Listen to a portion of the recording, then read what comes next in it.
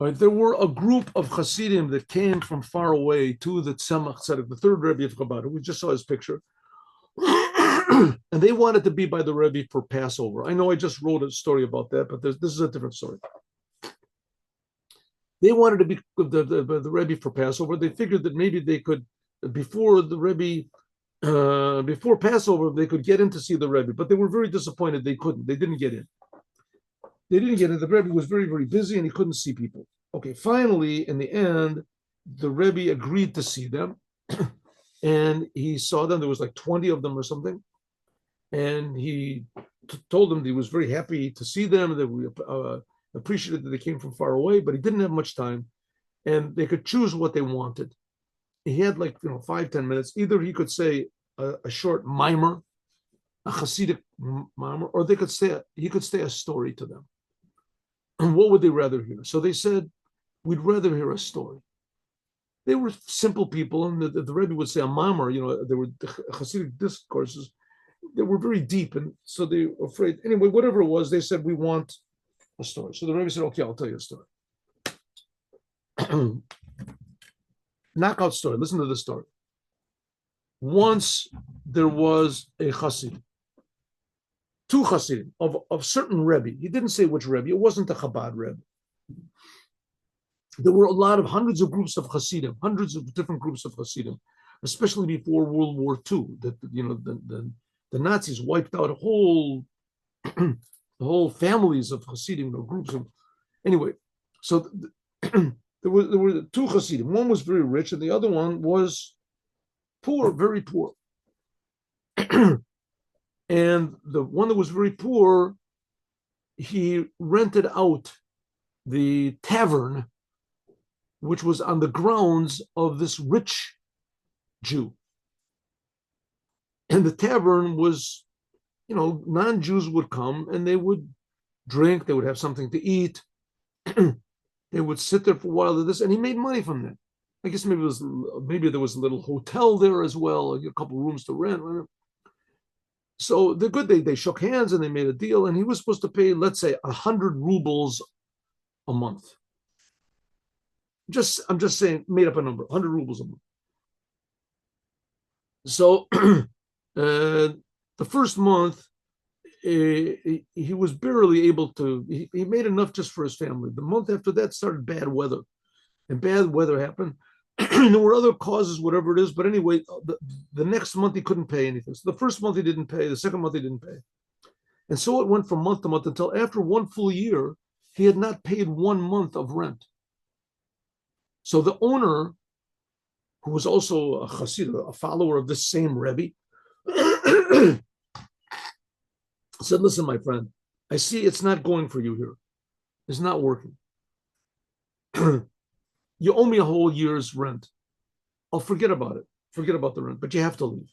You have to leave the place. It's just not succeeding. You go and find another job. So the Chassid said, okay, I'm willing to do that, but let's go see the Rebbe, what the Rebbe has to say. Okay, good. So they went to the Rebbe, and the Rebbe said that you have to give him another year. Good, the Rebbe said that's another year. So they give him another year. And the second year is the same thing as the first. It's just bad weather or whatever reason it is. People come, they don't buy, they don't pay, they owe money. And they end month after month after month after month passed by. End of the year, he wasn't able to pay. He just had barely enough money to feed his family. And even then, sometimes they had to go hungry. So the owner comes up to him and says, listen, it's been 2 years already.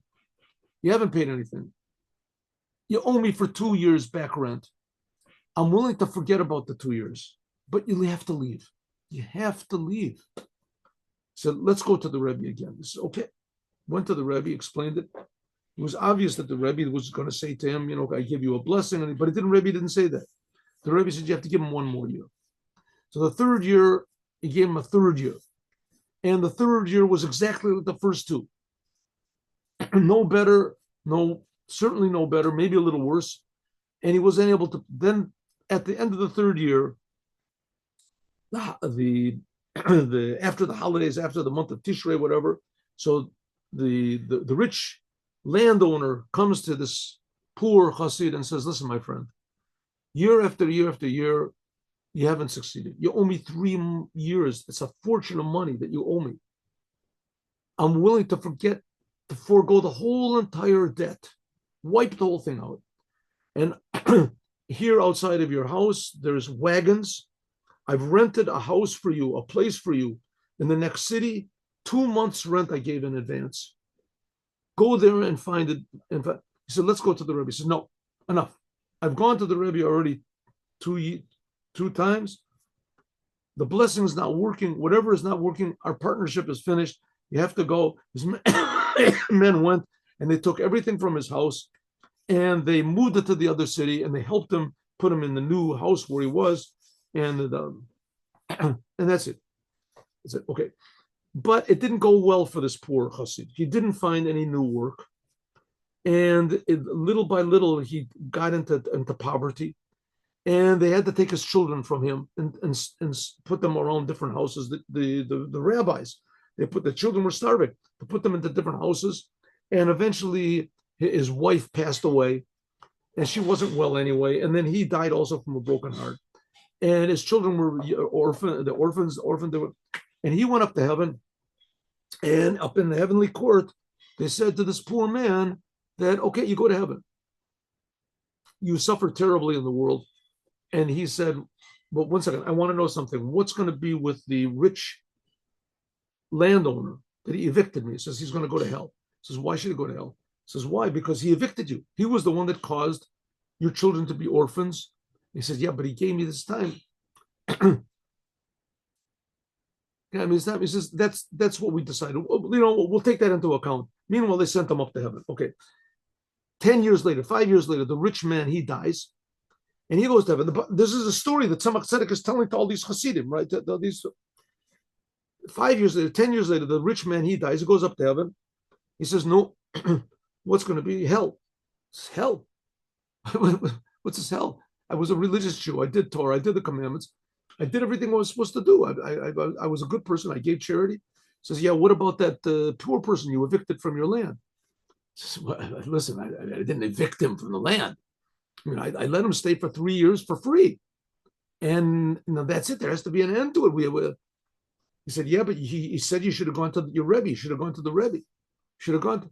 So listen, I lost a fortune from this person. I want a judgment. I want to be judged.